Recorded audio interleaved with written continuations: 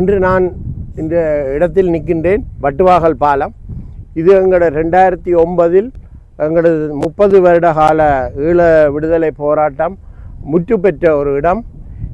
இந்த இடத்தில்தான் சர்வதேச நாடுகளின் துரோகத்தனங்களாலும் அவர்களின் குழிபறிப்புகளாலும் நமது ஈழ விடுதலை போராட்டம் முற்று பெற்ற ஒரு இடம்.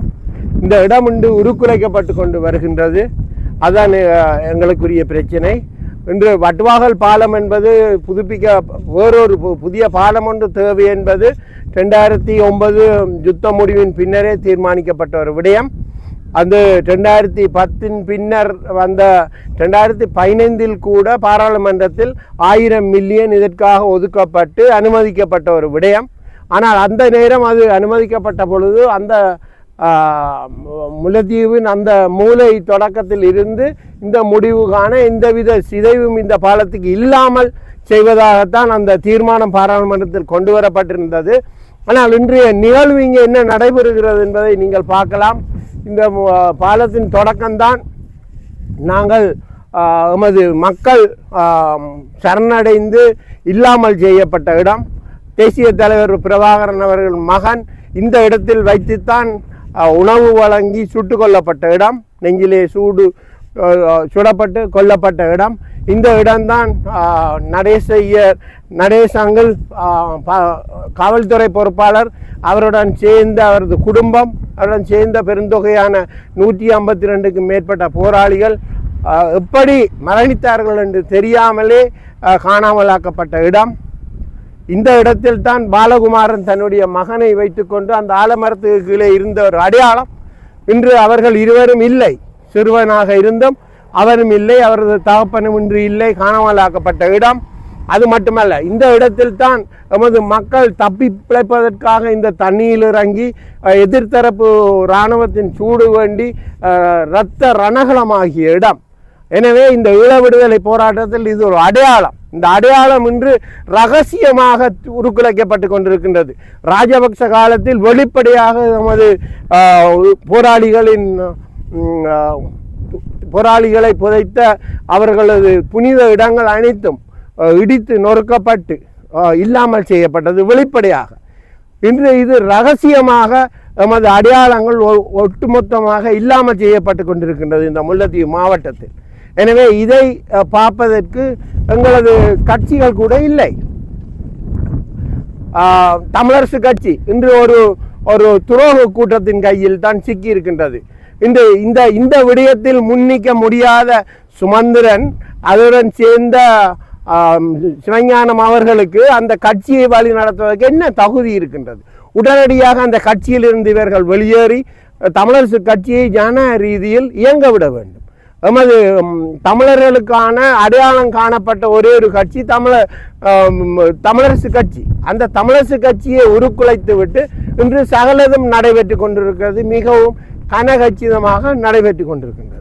எனவே இதை பற்றி கதைப்பதற்கோ அல்ல இந்த விடயங்களை கதைப்பதற்கோ இன்று எமது கட்சிகளில் ஆட்கள் இல்லை. ஆனால் தங்களுக்குள்ளே அடிபடும் பிரச்சனைகளை கொண்டு வந்து கதைப்பதற்கும் அதை வெளியே காட்டி கொடுத்து ஒவ்வொரு விடயங்களை பெருசாக்கி அதற்றின் ஊடாக இந்த தமிழரசு கட்சியை இன்னும் எப்படி அழிக்கலாம் என்பதற்காகத்தான் உள்ளே இருப்பவர்களும் வெளியே இருப்பவர்களும் சேர்ந்து பயணித்து கொண்டிருக்கிறார்கள். ஒரே பயணம். அதே போல்தான் முக்கியமாக என்னுடைய விடயம் இந்த பாலம் அந்த நேரம் தீர்மானிக்கப்பட்டபடி 1000 மில்லியனில் ஊடாக இந்த பாலத்துக்கு எந்தவித சேதங்களும் இல்லாமல் செய்யப்பட்டிருக்க வேண்டும். அது தவறி இன்று சகலதும் உருக்குலைக்கப்பட்டு இங்கே நீங்கள் பார்க்கிறீர்கள்.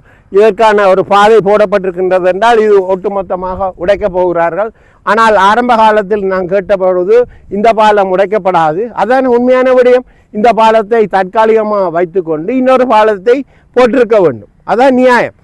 இந்த பாலத்தை உருக்குலைக்கிறார்கள் என்றால் இது உள்நோக்கம் கொண்ட இந்த அரசு செய்யும் ஒரு செயல்பாடு என்பது வெளிப்படையாக இந்த விடயத்தில் தெரிய வருகிறது. உண்மையாக தேசிய மக்கள் சக்தி இந்த மண்ணில் வெற்றி கொண்டது தேசிய மக்கள் சக்தியின் வீறு கொண்ட எழில் நடிகால் அல்ல. அவர்கள் வெற்றி கொண்டது எமது மக்களுக்கு சரியான ஒரு அடையாளத்தை காட்டுவதற்கு ஒரு கட்சி இல்லாமல் போனதுதான் வந்த விடயம். ஒரு சில தற்குறிகள் போல் இருந்து தாங்கள் மட்டும் வெல்ல வேண்டும் என்பதற்காக ஒட்டுமொத்த வன்னியில் ஒட்டுமொத்த ஆசனங்களும் தமிழர்கள் கையில் தான் இதுவரை காலம் இருந்தது. இன்று அது ஒரு சிங்கள கட்சிக்கு முழுமையாக செல்கிறது என்றால் அது ஏன்? மக்களுக்கு இவர்களிடம் விரும்பியவர்கள் போடவில்லை, மக்களுக்கு மாற்று தெரிவு ஒன்று இல்லை. எமது கட்சிகளில் தமிழர்களில் இருந்தவர்களே துரோகிகளாக மாறிய பின் இவர்களுக்கு போடுவதை விட முக்கியமாக சுமந்திரனை நேரடியாக சொல்லலாம். சுமந்திரனுக்கு சரியான பாடங்கள் மக்கள் கொடுத்திருக்கிறார்கள். எமது தமிழரசு கட்சியில் சுமந்திரன் தோற்கடிக்கப்பட்ட ஒரு ஆள். கட்சி தேர்தலில் மீண்டும் அவர் பாராளுமன்ற தேர்தலில் பலரை 7-8 பேரை இறக்கி அவர்களின் வாக்குகளை வைத்துக்கொண்டு தான் வரலாம் என்ற ஒரு நப்பாசையில் தேர்தலில் இறங்கியிருந்தார் சுமந்திரன் அவர்கள். சுமந்திரன் இறங்கி என்ன செய்தார்? படுதோல்வி அடைந்தார். எனவே 2வது தோல்வி. 3வது பிரதேச சபையில் அவரது வட்டாரம் படுதோல்வி அடைந்தது. தமிழரசு கட்சி படுதோல்வி. அவர் சுயேட்சையிடம் தோற்றிருந்தார். எனவே 3 தோல்விகள் உங்களுக்கு தரப்பட்டிருக்கின்றது. இன்று இந்த கட்சியை நடத்துவது என்ற ஒரு ரகசிய நிகழ்ச்சி நிரலில் ஒரு கட்சிக்கு எதிராக, தமிழரசு கட்சிக்கு எதிராக ஒரு வழக்கை தாக்கல் செய்து அதை முடக்கி வைத்து கொண்டு இப்படியான விடயங்களை கட்சியை கையில் வைத்து கொண்டு தேவையான விடயங்களை செய்யாமல் நீங்கள் செயற்படுவது சரியானது அல்ல. தந்தை செல்வா நினைவு நிகழ்வு நான் பார்த்தேன் யாழ்ப்பாணத்தில். யார்? ஜிஎல் பீரிஸ் 2010ஆம் ஆண்டு ஏப்ரலில், அதாவது அவர்தான் வெளிநாட்டு அலுவல்கள் அமைச்சராக பொறுப்படுத்தி 5 வருடங்கள் இருந்தார். யுத்தம் உருக்குலைக்கப்பட்ட பின் வந்த ஒருவர். எமக்கான சகல ஒரு இனப்படுகொலை இடம்பெற்ற ஒரு இடம் இது. இந்த இனப்படுகொலை நடைபெற்றதையே இல்லாமல் காட்டி ஐநா சபையில் இனப்படுகொலையே இல்லை என்பதற்கு அடையாளமாக நின்று குரல் கொடுத்து எங்களை உருக்குலைத்தோரால் தான் ஜிஎல் பீரிஸ். அவரை இன்று சுமந்திரன் அழைத்து வந்து யாழ்ப்பாணத்தில் ஒரு நிகழ்வு நடத்தி, அதுவும் அவர் எமது ஒரு தலைவன், தூய்மையான ஒரு தலைவனுக்கு நிகழ்வு செய்கிறீர்கள் என்றால் நீங்கள் எவ்வளவு தூரம் வெள்ளையடிக்கிறீர்கள்? நீங்களே போய் சிந்தித்து பாருங்கள். நீங்கள் செய்வது சரியானது. வெளிநாட்டு அலுவல்கள் அமைச்சராக இருந்த காலத்தில் மஹிந்த ராஜபக்சவும் பங்கிமூனும் ஏற்றுக்கொண்ட ஒரு விடயம், ஈழத்தமிழர்களுக்கான ஒரு விடுதலையை கொடுக்க வேண்டும். இந்தளவு அழிவுகளுக்கு பின்னர் கொடுக்கப்பட வேண்டும். ஒரு மீள் நிகழாமையை உறுதிப்படுத்த வேண்டும். 2வது. 3வது, இங்கு நடத்தப்பட்ட இனப்படுகொலை போர்க்குற்றங்கள் அனைத்தும் விசாரிக்கப்பட்டு நியாயமான தண்டனைகள் வழங்கப்பட வேண்டும். காணாமல் ஆக்கப்பட்டவர்களுக்கான முடிவுகள் வழங்கப்பட வேண்டும். இப்படியாக சகலதையும் தீர்மானித்த ஒரு விடயத்தின் பின்னர் பொறுப்படுத்தவர் தான் இந்த ஜிஎல் பீரிஸ். வந்து சகலதையும் உருக்குலைத்த பின் இன்று நீங்களும் சேர்ந்து வருகிறீர்கள் என்றால் அன்று தொடக்க நீங்கள் யாருடைய ஆள்? நீங்களே சிந்திச்சு கொள்ள வேண்டும். மக்கள் சிந்திப்பார்கள். நீங்கள் நிச்சயமாக உடனடியாக எமது தமிழரசு கட்சியை ஜனநாயக ரீதியில் செயல்படுவதற்கு விடுவீர்களாக இருந்தால் இந்த உடைப்பு கூட நடந்திருக்காது. இங்கு அதை பற்றி கதைப்பதற்கு எவரெவர் முன்னிப்பார்களோ இந்த வடமாகாணத்தில் நான் நினைக்கிறேன் ஒரு 30 பேர் வரை, அனைவரும் தேசியத்தை நேசித்தவர்கள், அனைவரும் இன்று கட்சியிலிருந்து வெளியேற்றப்பட்டிருக்கிறார்கள். ஏதோ ஒரு காரணங்களை சொல்லி வெளியேற்றப்பட்டிருக்கிறார்கள். அவர்கள் அனைவரும் உள்ளே வர வேண்டுமாக இருந்தால் தமிழரசு கட்சி ஜனநாயக ரீதியில் மீண்டும் புனரமைக்கப்பட வேண்டும். இதுதான் என்னுடைய வேண்டும். அதாவது இப்படியான ஒரு தேசிய கட்சியின், அதாவது தமிழர் தேசிய கட்சியின் செயல்பாடுகளும் அதன் தலைவர்களும் இப்படி இருப்பார்களாக இருந்தால் இங்கு இருக்கும் சகல எமது உரித்துக்களும் பறிபோகும். எமது உரிமைகளை பற்றி கதைப்பதற்கு கூட யாரும் இல்லாமல் போவார்கள். நான் நினைக்கிறேன் நீங்கள் அதையும் ஒருக்கா பார்க்கலாம். நமது பாலம் எப்படி உடைக்கப்பட்டு கொண்டிருக்கின்றது என்பதை நீங்கள் பார்க்க வேண்டும். பார்த்தால் உங்களுக்கு விளங்கும். சைனாவில் ஒரு காலத்தில் பாரிய இளைஞர்கள் ஒரு போராட்டத்தை செய்தார்கள். நான் சீனாவுக்கு போயிருந்தேன். அங்கு பாரிய போராட்டத்தின் பின் அந்த போராட்டத்தை அடக்குவதற்காக புல்டோசர்கள் கொண்டு 2000 பேர் அந்த இடத்தில் நசிக்கப்பட்டு கொல்லப்பட்டார்கள். ஆனால் இன்றும் அதற்கான தூவி கட்டப்பட்டு அந்த நசித்து கொல்லப்பட்ட நாள் ஞாபகப்படுத்தப்பட்டு வருகிறது. எங்களால் அது செய்ய முடியவில்லை, இந்த மண்ணில் செய்வதற்கு முடியவில்லை. உள்ளே இருந்து துரோகிகள் மேலெழுந்து வருகின்ற பொழுது, இந்த கட்சி ஒட்டுமொத்தமாக உருக்குலைக்கப்பட்ட பொழுது எங்களுக்கான எந்த ஒரு நல்ல விடயங்களை கூட நாங்கள் செய்ய முடியவில்லை. யுக்ரைனுக்கு போனால் யுக்ரைனில் கடந்த கால யுத்தத்தில் கொல்லப்பட்டவர்களுக்கான நினைவு தூவிகள் என்று சகலதும் உண்டு. நமது தேசத்தில் கொல்லப்பட்டவர்களுக்கு எதுவுமே இல்லை, இருந்ததையும் உடைத்து நிர்மூலமாக்கி விட்டார்கள். முள்ளிவாய்க்காலில் ஒரு தூவி கட்டுவதற்கான விடயங்கள் கூட இல்லை. எமது ஈழதேச விடுதலை போராட்டத்தை முன்னகர்த்தக்கூடிய எந்த ஒரு விடயத்துக்கும் இன்று இருக்கும் இந்த தமிழரசு கட்சியின் புல்லுருவிகள் முன்வரப்போவதில்லை. இதுதான் உண்மை. போர் நடந்த ஒரு இடத்தில் கொல்லப்பட்டவர்களை நிச்சயமாக அந்த யுத்தத்துக்காக எமது விடுதலை புலிகளின் போராளிகள் 25,000 பேர் தங்களது உயிர்களை ஈந்திருக்கிறார்கள் என்றால் அனைத்தும் எங்களது உறவுகள், எமது தமிழர்களின் இரத்தத்தில் பின்னி பிணைந்த உறவுகள். அவர்கள் அவ்வளவு உயிர்களையும் தாங்கள் தானமாக இந்த யுத்தத்துக்கு கொடுத்தார்கள் என்று சொன்னால் இந்த மண்ணுக்காக கொடுத்தார்கள். அதை மறந்துவிட்டு எமது மக்கள் அதை மறந்துவிட்டு நாங்கள் செயல்படுவோமாக இருந்தால் நிச்சயமாக அதன் விளைவு ஒட்டுமொத்தமான அழிவை நாங்கள் சந்திக்க வேண்டித்தான் இருக்கும்.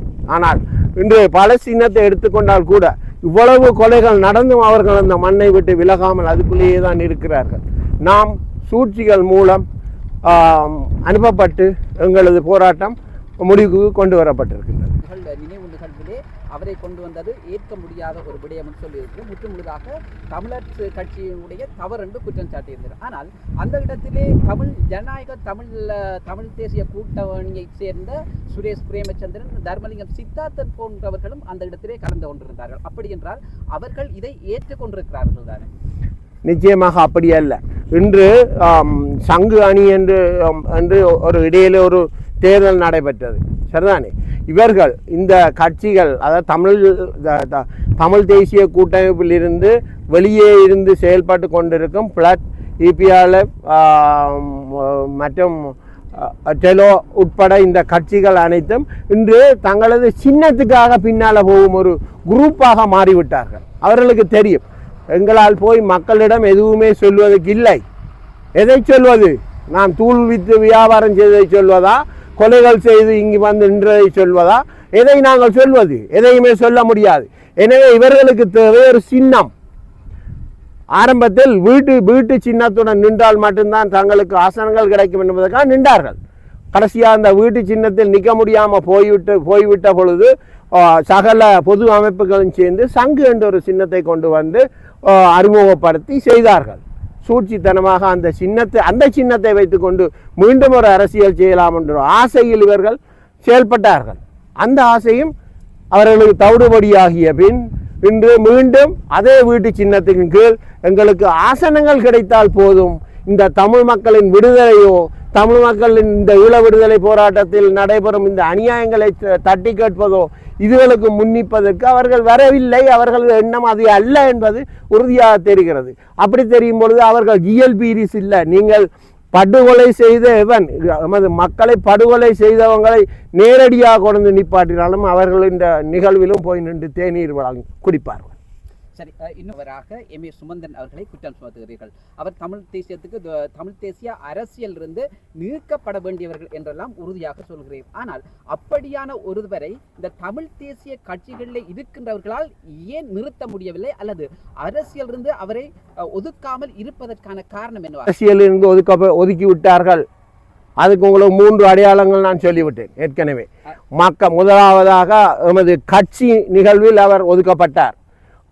அதிலிருந்து மீண்டு வருவதற்கு எந்த வழியும் இல்லாமல் தான் ஒரு வழக்கு தாக்கல் செய்யப்பட்டது.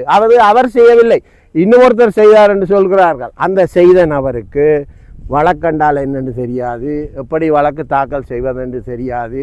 அவர் ஒரு முழு பொம்மை. அந்த பொம்மையை வைத்து நடத்திய யார் எவர் என்பது விசாரிக்கப்பட வேண்டும். இன்று வரை தமிழரசு கட்சி அந்த பொம்மையை நடத்தியவரை விசாரிக்கவில்லை. முதலாவது விடயம். அடுத்தது, அவர் இது ஈழதேச விடுதலை போராட்டத்துக்கு உரிமையானவராக இருப்பாராக இருந்தால் இந்த ஜிஎல்பிரிஸை கொண்டு வந்திருக்க மாட்டார். இப்படியான நிகழ்வுகள் நடப்பதற்கு எமது கட்சியை தூண்டிவிட்டு எமது கட்சியை வைத்துக்கொண்டு போராட்டங்களை நடத்தி இவற்றை தடை செய்திருக்கலாம். அது செய்யவில்லை.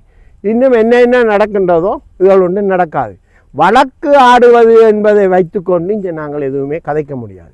வழக்கு ஆடுவதற்கு ஊறுபட்ட சட்டத்தரணிகள் இருக்கிறார்கள். பணத்தை கொடுத்தா இந்த சட்டத்தரணியும் வழக்காடுவார்கள்.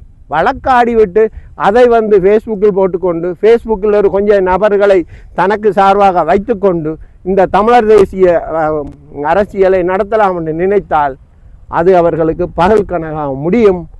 3 தேர்தலில் கொடுக்கப்பட்ட தோல்வி நீங்கள் மறந்துவிட்டீர்கள் என்றால் 4வதிலும் உங்களுக்கு அது கிடைக்கும். இல்லை, என்னுடைய இருந்த பலவீனம் அவர்கள் முதலாவதாக அந்த தலைவர், அதாவது மாவை சேனாதி ராஜா எத்தனை குற்றமும் எவரும் சொல்லலாம். ஆனால் இந்த ஈழதேச விடுதலை போராட்டத்தின் ஆரம்ப காலகட்டத்தில் இருந்து தன்னுடைய உயிர் போகும் வரை எங்கள் தீவகத்திலே அடித்து கொலை செய்து செத்து விட்டார் என்று போட்ட ஒரு நபர் தான் அவர். பின்னர் அவர் இதாக உயிர் தப்பி இருந்தார். சரிதான். எனவே அவர் உயிர் தப்பி வந்து விட்டார். மீண்டும் ஒரு சின்ன குற்றச்சாட்டை வைத்து அவரது தலைமை பதவியை பறித்து ஒரு பொம்மையை தலைமையாக்கி அந்த தலைமைகளை வைத்துக்கொண்டு ஒரு மத்திய குழு என்ற போர்வேலி ஒன்றை வைத்துக்கொண்டு ஏன் ஒரு தலைவரை நீக்கியது தவறு என்று நான் சொல்லியிருந்தேன். அதாவது தலைவரை நீக்கும் முறை பிழை, அதை நீக்கியது தவறு என்று சொன்னேன். அது சொல்லி நான் வாய்மூடி ஒரு மணித்தியாலத்துக்குள் என்னை நீக்குகிறார்கள்.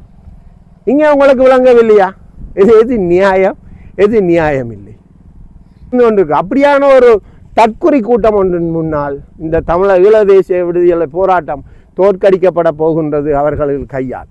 அப்படி என்றால் தமிழ் தேசிய அரசியலை கொண்டு செல்வதற்கு சரியான தமிழ் தேசிய கட்சிகள் இல்லை என்று சொல்கிறீர்களா? நிச்சயமாக இல்லை. இன்று இருக்கும் கட்சிகள் அப்படி இருப்பார்களாக இருந்தால் அவர்கள் முன்வர வேண்டும். அனைவருமே போய் அவர்களுடன் சேர்ந்து எப்படி கூட்டி சேரலாம் என்று நிற்கிறார்கள் என்றால் அவர்களுக்கு அந்த அருகதை இல்லை. நான் முக்கியமாக சொல்வது இந்த தமிழ் தேசிய கூட்டமைப்பிலிருந்து விலகி நின்றவர்களைத்தான் நான் சொல்லுகிறேன்.